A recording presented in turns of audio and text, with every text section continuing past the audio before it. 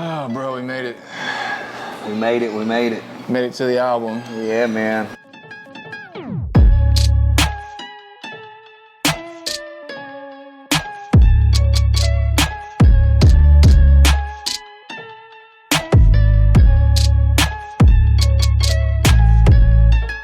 Feeling good about it? Oh yeah, I'm excited, bro. I'm excited.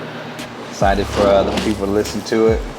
It's kind of a weird thing because you know, we've been working on it for over a year. Yeah. So we hear it over and over again. We hear it, listen to it, and so it eventually becomes not old to you, but you've heard it already. Right. And so, but when you release it, they haven't heard it yet. So it's like the beginning, man. Yeah, exactly. It's like we're just starting. Yeah. So it's kind of one of those things that it's just exciting when you release it because, like you said, they've never heard it, before. They never heard these songs, and so, but you've been sitting on them for so long, and so you just anticipating like, man, how are they going to react to it? What are they going to think? So, but I'm excited for it, man. Most people, would release like a single, and you are doing that over time, Right. You put in the work to put out 13 songs. Yeah. I mean, first of all, why this collection? Why that decision to do so many songs as a collection? Sure. When most people are doing singles, Yeah, for sure. I believe so. I've always just been a fan of the album model. I love just bodies of music. I get the whole concept of just doing singles. It's a different market nowadays. People's attention spans are short. You gotta get to the point. They just want something that they can intake quick, and so that's kind of where the single model comes into. And I think that has its place as well, and it's smart to do it that way. But I do think as an artist, it's important to, for one, do something that you love, because of course you want to make music for your fans, right? You want it to be something they would enjoy. Mm-hmm. But I think also you gotta you do things that you love and you like to see and put together. So with the album model, compared to doing just singles, I just, like I said, I wanted to put together a body of work, just because, again, I just love the concept of albums. I love the concept of having many different songs, bringing together one message, if you will. And so, yeah, that's kind of like the heart behind it. I had the concept and the idea of this album, for about a year or two, because when I released Stories from Depression, my first studio album, I kind of already was thinking like, yo, what's the next album? Of course, do singles, boom, boom, boom, but what's the next album you would want to do? And so, Taurus in the China Shop was kind of an idea that I had, a couple years after that. And so, again, it's just a play on words. It's like, yo, what's a dope way to talk about your story, your life story, your personality, in a way, make it creative, in a way that, yeah, it just kind of sounds dope. Yeah. And so, yeah, that was kind of like the message behind the album. I mean, what informs your what informs the writing process of what you write about, what you talk about? Tell people about that kind of stuff from your perspective. A lot of times, traditionally, I believe the way albums come about, an artist, because the idea or the rule of thumb is just always write. Just keep writing, keep writing, keep writing. If you don't ever put it out, that's all right, just keep writing, because that's how you get better, right? Mm-hmm. And so I think the concept of an album usually comes from artists just compiling a bunch of songs, and they're like, all right, let me piece together 10, 15 of these 50 songs that I've made over the last whatever, right? That's traditionally how it goes, I think. For me, at least the last two times anyway, with Stories from Depression and this album, I had the idea of the album first, and then with the idea of the album, I literally would create the titles of the songs that create that whole vision of the album, if you will. Like, it all just makes sense, pieces together. And so without any music being made yet. And so I don't know how it happens. It's kind of weird. It's abstract if you ask me, but that's just how it's always came about. And so with that, once I have the titles of the album, if you will, and then I kind of, because again, I just love the process. I love the creativity, like being strategic with 13 songs, 4 + 2 + 7. That's my birthday. That's 13. That's 13 songs. just kind of just being creative with it, and so those are just things that kind of came to me. So I kind of start thinking through those as it relates to the message of the album beforehand. So I kind of do all the creative stuff and the little neat stuff before. And then once I have all the song titles made, I think, okay, what does this song represent? What's the vibe of it, I believe? Once I kind of figure that out, I'll hit up Wayne, or I'll outsource a beat, like search up like sad type beat, or whatever type beat, right? And then once you have the beat, a lot of times, like when it actually comes to writing a song, that could come a couple different ways. It could be you come up with one line and that's like the hook, and it's like, okay, like boom, there's the hook, that's the anthem of the song. Now let me write around that topic, and so that happens a lot of times. Sometimes, recently, I would say, I'll just be driving or going throughout the day, and just a bunch of one lines will come to me, and a lot of times, that one line will spark an idea of a whole song, and then so I'll just write down that, and that's the name of the song, at least in that moment, and then I'll start writing, as inspiration comes, and so that's kind of how this whole album came about. Basically, like I said, have the title. So I have the title, I have the feeling and the message and the vibe that I feel would fit for that song, and then I kind of just write according to it as inspiration comes. Sometimes I write it all right there. Sometimes I write it bits and pieces as it comes. Yeah.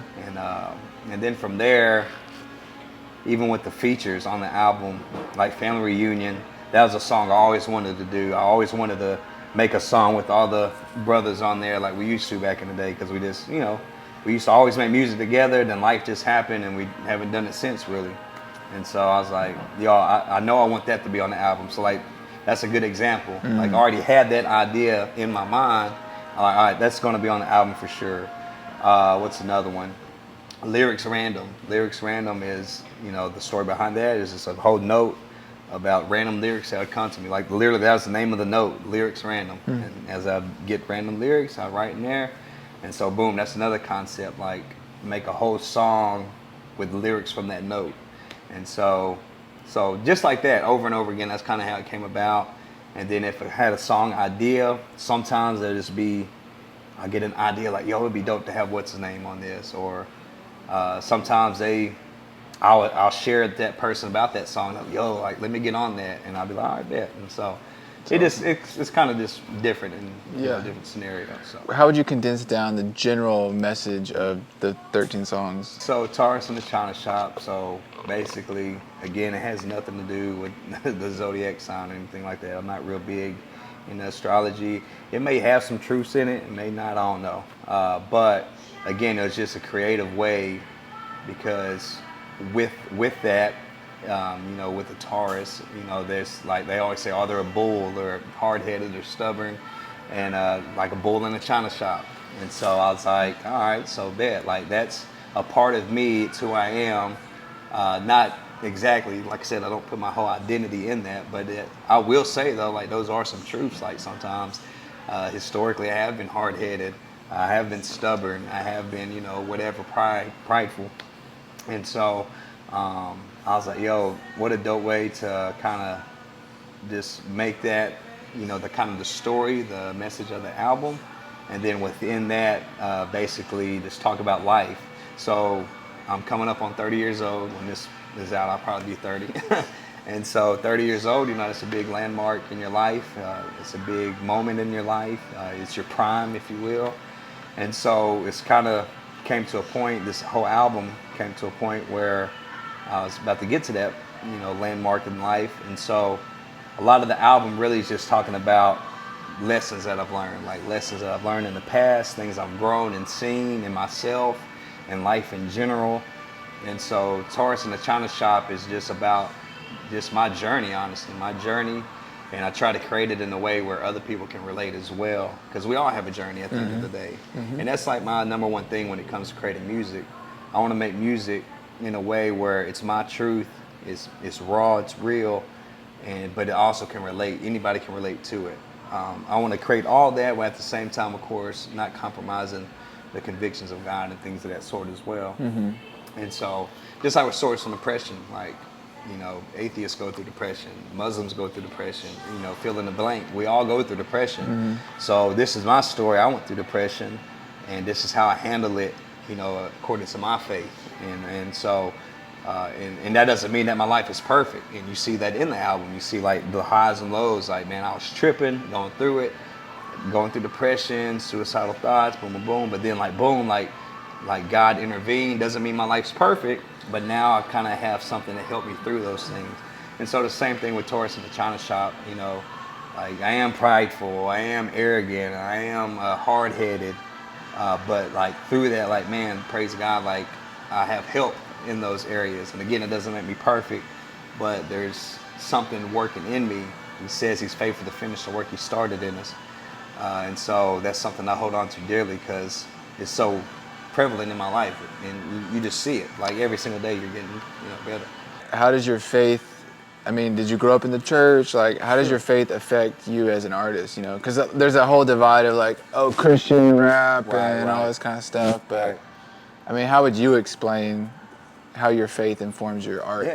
Yeah. So I mean, as far as growing up in the church, I went to church here and there when I was young. You know, being from the Bible Belt, everybody's a Christian. You know, being in America, even in general, like, you know, it's such a loosely term that's thrown around, I believe. And so, basically, growing up, I went to church here and there, but I never really had a relationship with God. I didn't have any care about God or anything like that. It's just I cared about football and my girlfriend, basically, because growing up, I really struggled with like my identity and self-worth and confidence. My biological dad, he left my mom before I was born. Now, I have a relationship with him now. You know, I love him. I got love for him. There's no bitterness. I used to be bitter towards him, but since then I've, you know, forgave him.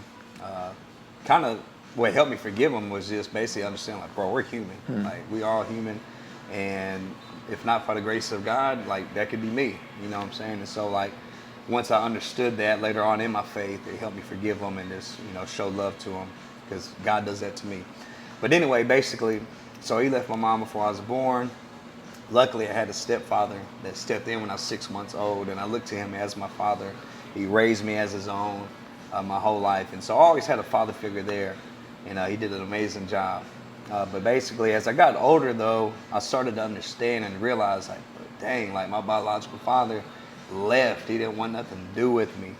And even being in that household, because my stepdad and my mom later had kids as well, and which I look to them as my brothers. It's not weird.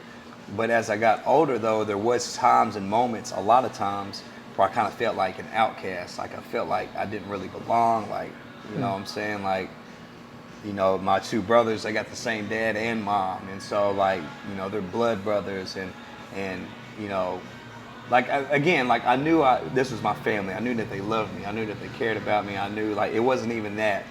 But there was times as I got older where I did feel that, though. I just kind of just felt the reality of things. And it kind of just jacked with my confidence and, you know, the self-worth as I got older. And so basically when I got into my senior year of high school, I loved sports. I played football. That's all I cared about was football. Met my high school sweetheart. She was my first love, first everything.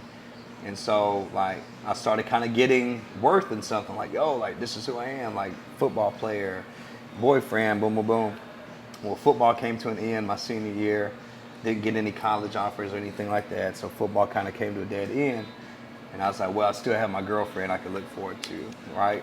And so, you know, I'm young and dumb. I'm thinking, like, I'm going to marry this girl when I get out of high school and stuff like that. Which that can't happen. Not saying it can't happen, but that's kind of where my mind was. And so she ended up leaving me for another guy, like, out the blue. Just boom, dropped it on me. Like, I'm done with you. Cold turkey. I'm with another dude. And so this is literally like right when football ends. And so I'm just like, yo, what the heck just happened? Like, football's gone. She's gone. I ain't got nothing going for me. And so I just started going through a deep depression, man. Just suicidal thoughts. My stepdad had a gun that he kept stored away, and I knew where he'd keep it at. And I literally just be in my bed contemplating, like, man, like, just go end it. Like, you ain't got nothing going for yourself. You ain't got no worth. You ain't got no identity. And so just kind of those thoughts that started festering up when I was younger started coming back to the surface. And so, so when all that was going on, I reached out to a guy named Tim Capps, who was a football booster club president in the city. So that's how I knew him, was through football, funny enough. And so I reached out to him because I knew that he was a pretty big figure in the city, and I knew that he was a religious man as well. And so I reached out to him. Like I said, I really didn't have any relationship with God at all. I went to church here and there, but I just didn't have any reverence in Jesus. And so I reached out to him, told him what I was going through, and he invited me to have some coffee with him. So we got some coffee, and he invited me to his their youth Sunday where he was going to church at. And so I was like, all right, cool, I'll come out and check it out. So I went to the youth Sunday, or youth Wednesday, I believe it was. And, it's kind of dope. I was seeing people that I knew from school, but I wasn't really like in the same circles as them, because like I grew up in a predominantly black neighborhood, black culture. And so there wasn't a lot of black kids at the church. And so it just wasn't, no knock on them. It's just not the group I grew up around and hung out with. And so it was kind of weird at first, but I just stuck with it, kept going. I wouldn't go to church on Sundays, though. I was like, man, I don't want to go to church on Sunday. I want my weekends. I want to do my thing, And so, but I'll come to your youth service on Wednesday. Well, I eventually went to church on Sundays, and then I met this guy named Joe McDaniel. And Joe McDaniel really sat me down and broke down like the gospel and the effects of sin, and basically the state that we're all in apart from God. And man, he just broke it down and just poured into me, had me over for dinner all the time and just did life with me, like not just preach to me, but like really walk with me and try to help me become a better man in my youth. And so, yeah, man, so basically from there, like the Lord just did a work on my heart, and yeah, man, that's been history ever since. And so from there, to get into the music, like I grew up in hip hop culture. Like I was, loved hip hop music. I loved music in general. I loved Metallica when I was like real little. Nice. Like Metallica was my first like love of music. I was like 8 years old or so. But then as I got older, I got into hip hop. I got introduced. Funny enough, my biological dad introduced me to hip hop. He introduced me to Outkast and Eminem. And so that's where I kind of started my love for hip hop, was there. And then my homies I grew up around, they put me on like Texas artists like Zero and Trey and DJ Screw, all them. And so that's kind of where my love for hip hop came from. Like I was always in the hip hop culture, watched BET, MTV music videos, all that. Well, so when I got saved though, right before I got saved, right before I started following the Lord, I started writing music. And like I never thought I'd be a hip hop artist. Like I was this shy kid, introvert. Like I said, all I cared about was sports. But I started writing music with my neighbor that I grew up with. His name was Dustin, and we had this yellow notebook. I don't know where it is to this day, but we used to just write stupid rhymes in it. And so, so anyway, basically when I got saved, I got introduced to Lecrae, Trip Lee, Tadashi, and all these guys. And I was like, dang, bro, like they're using the thing I grew up on, hip hop, the thing that molded me and shaped me and formed, my thoughts and things. They're using that in a whole nother way that I've never heard of. And so when I seen that, I just got inspired, and I basically just started writing myself. I started writing music. I got introduced to, well, you can even say reintroduced. That's a whole nother story. It'll take a while to break that down, but how I met Stephen Val, Robbie, and all them. They was doing music already as well. And I started kicking it with them after I became a Christian. And they showed me music that they was working on and stuff like that. And it inspired me as well. So basically, long story short, I started writing music, recorded my first song with a friend of mine named Jeremiah. And funny enough, worked on an album. Like, I don't know what it is with albums. I just always loved albums.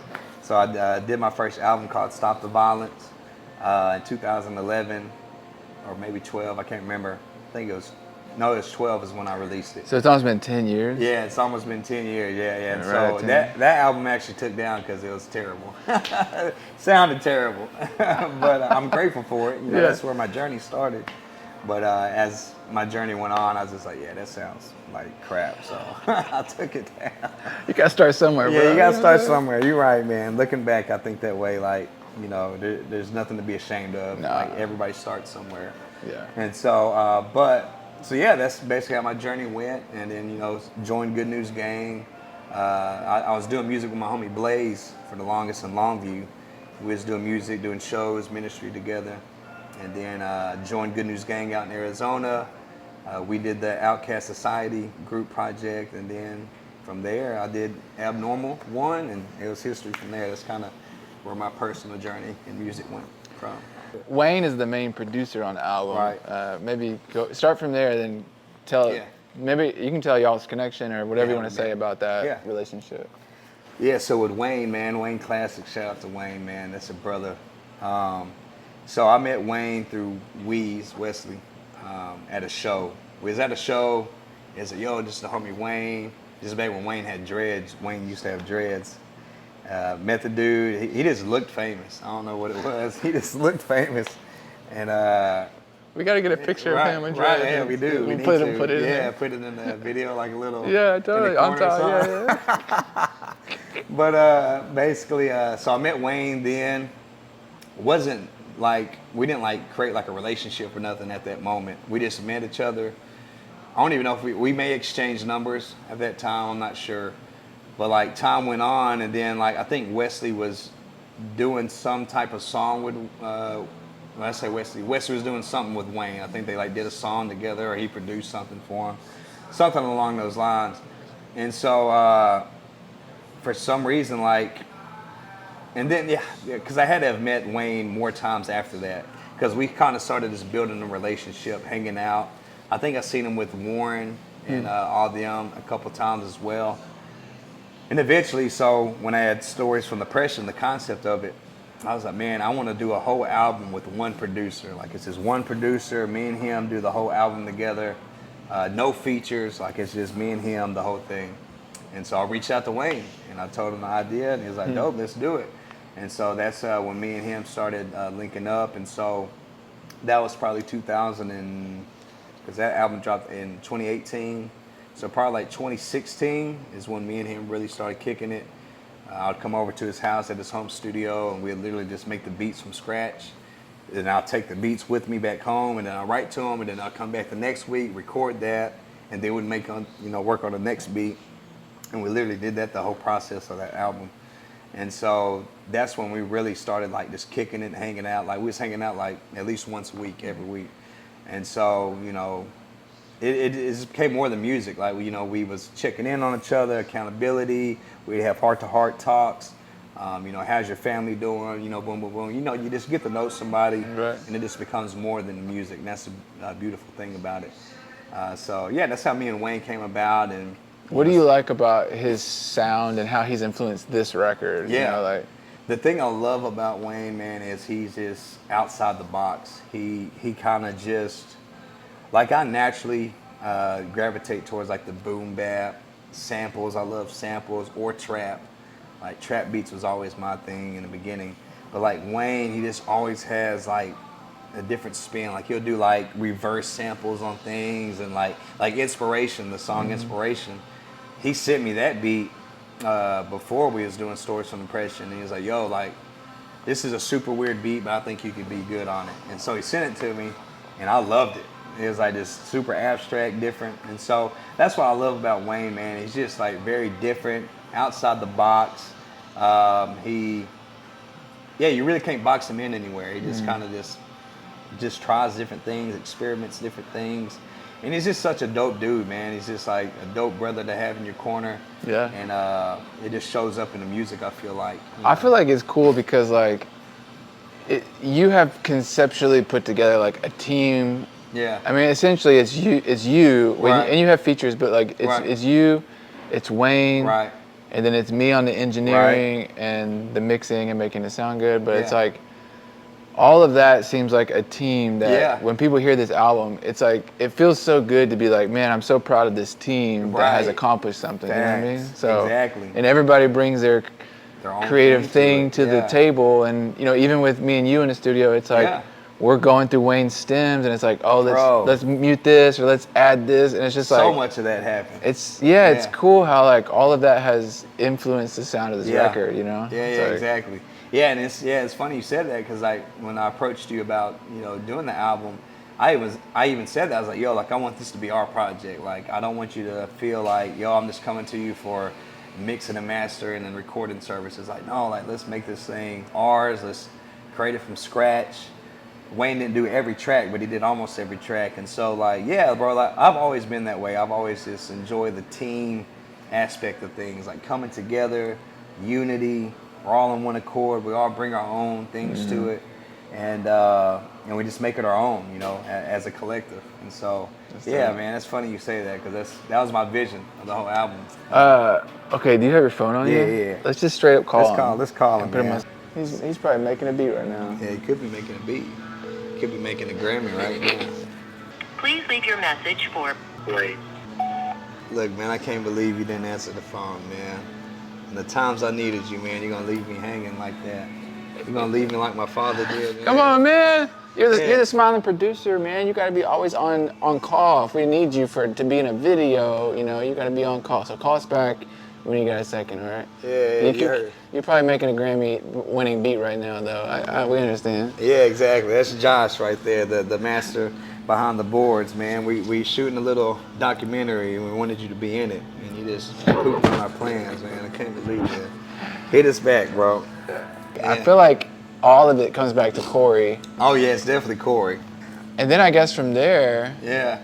Maybe you just heard some of my work with Joe or something? Yeah, because, I know... Corey always talked about. Because I did some work for Corey. Yeah, I remember y'all did that video way back when. Oh, in the studio. Like, you seen that, dude? Yes, bro. Oh, that video blew up, bro.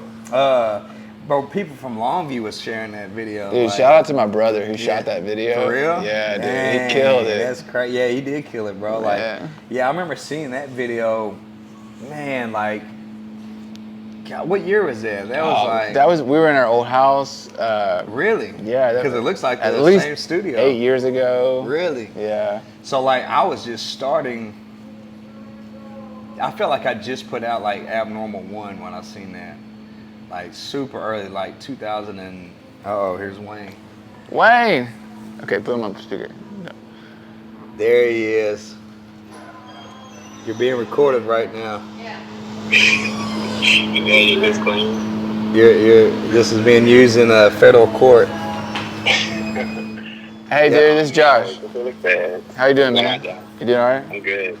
Hey, what I was gonna say is like we're just talking about the album, and we just thought, hey, let's call Wayne and just get him to say, 30 seconds about what, just talk a little bit about the album and how you're part of it and kind of how whatever you want to say about it. Would that be dope? Yeah, that works. He's like, man, it's a crappy album. Unless you're super disappointed in the album, then don't talk about that. Okay, man. Well, I got you up against the mic, so just, man, tell us how do you feel about the music and the album in general? Yeah, I'd say sonically, it's some of the best work AB's ever done, and honestly, some of the best work I've ever done. It's really set the tone for what I feel like we both could do in the future as artists and producers. And then also non-musically, like just the growth, knowing him as an individual. Him and I, when I came into his life, we met each other. He was just getting through, a serious battle with depression, and I was given the opportunity to be able to provide the landscape or the canvas for him to just express that and talk about how he was able to heal. And so it's just really encouraging and to see his growth as a man. And it's really it's really important, even bigger than music, to see like, man, he's about to hit this major milestone and create some of the best music he ever made in his life. It's just a great testimony. Man, that's crazy awesome, bro. Like the fact that you guys, y'all have a history of making stuff together, and it's cool that for you it's like more than just music, you know what I mean? It's like a brotherhood. Yeah. Yep, for sure, for sure. I'm super grateful to be a part of it. I mean, AB doesn't feel the same way, but I'm just kidding, bro. Well, thank you, man. I think that's gonna be great. Hey, we want you to send us a picture. No rush on this, but send us a picture of you with the dreadlocks. Because we talked about it. I Okay. talked about the first time I met you was when Wesley introduced me to you, and I think you had the dreadlocks still at that time. If you can track that down, just let us know. That will enhance the We video. just wanted to throw it in the video, like a picture of it in the corner while we're talking or something. Yeah, I have a picture of the last day before I cut it. Yeah. Dang. Perfect. Yeah. Perfect, bro. I'll send that. All right, man. We appreciate you, bro. All right, bro. Keep smiling, man. Wayne coming through. Wayne in the clutch. I mean, so many people are just like so in it for themselves and just Oh, like. yeah. That's what I love about like a lot of Christian hip hop that I listen to. It's like, it's more like just like, hey, I'm living life Right. from this perspective, Right. from my faith, and then that informs. But I'm just like talking about life, and I don't Yeah. have to be, you know, going through the Bible every song. It's just like, in general, like, and then through explaining it and really the authenticity, Right. it's like that really ends up helping people, you know. And it's like, you never know. Like the other day, I'm listening to this song, bro, and I'm just like, something about this song. It's a Hovey song. Yeah. And I just like was like so emotional about it. Like, dang, Wow. dude, like this song is so powerful. Yeah. So it's just like, I just love that music has that ability. You know what I mean? And Such for an you, emotion. the only thing is like just make it authentic. Like Yeah. make it real to who you are, Yep. and then put it out in the world, Exactly. and then let it see what it does. You know? Yeah, and I think that's key, man. Like because, yeah, music's always been around, right? Literally, it's, in the beginning, and so I think music's just one of those things that uniquely connects people in ways that I don't know if anything can. It's just something about music that reminds you of memories, creates new memories. Like you could be with your friend driving, and this new song comes on you never heard. You heard it together, and you fell in love with it, and then like 5 years down the road, y'all hear that song again. It's like, dang, you remember that time we was driving that? Like it just, you know what I'm saying? It just has that ability just to create those emotions and those relationships and those memories, man. And so it's a very powerful tool, and it can be used in a way to help people, man. And because like you said, some people do it for themselves, braggadocious, and like I'm not even knocking that complete, because I do believe you can be like, when I'm braggadocious or like kind of like talking about myself, if you will, it's not even to really talk other people down. It's really just to create confidence for myself, pump myself up. That's kind of what I do, and I want to create that in other people. Like if I'm pushing myself in a song and like in that way, my hopes would be like, yo, it's building you up to be the same way. Like, see how great you are, see the confidence you have in yourself. And so that's what I kind of try to do in music, is just kind of be raw, be real, realistic, be authentic and vulnerable.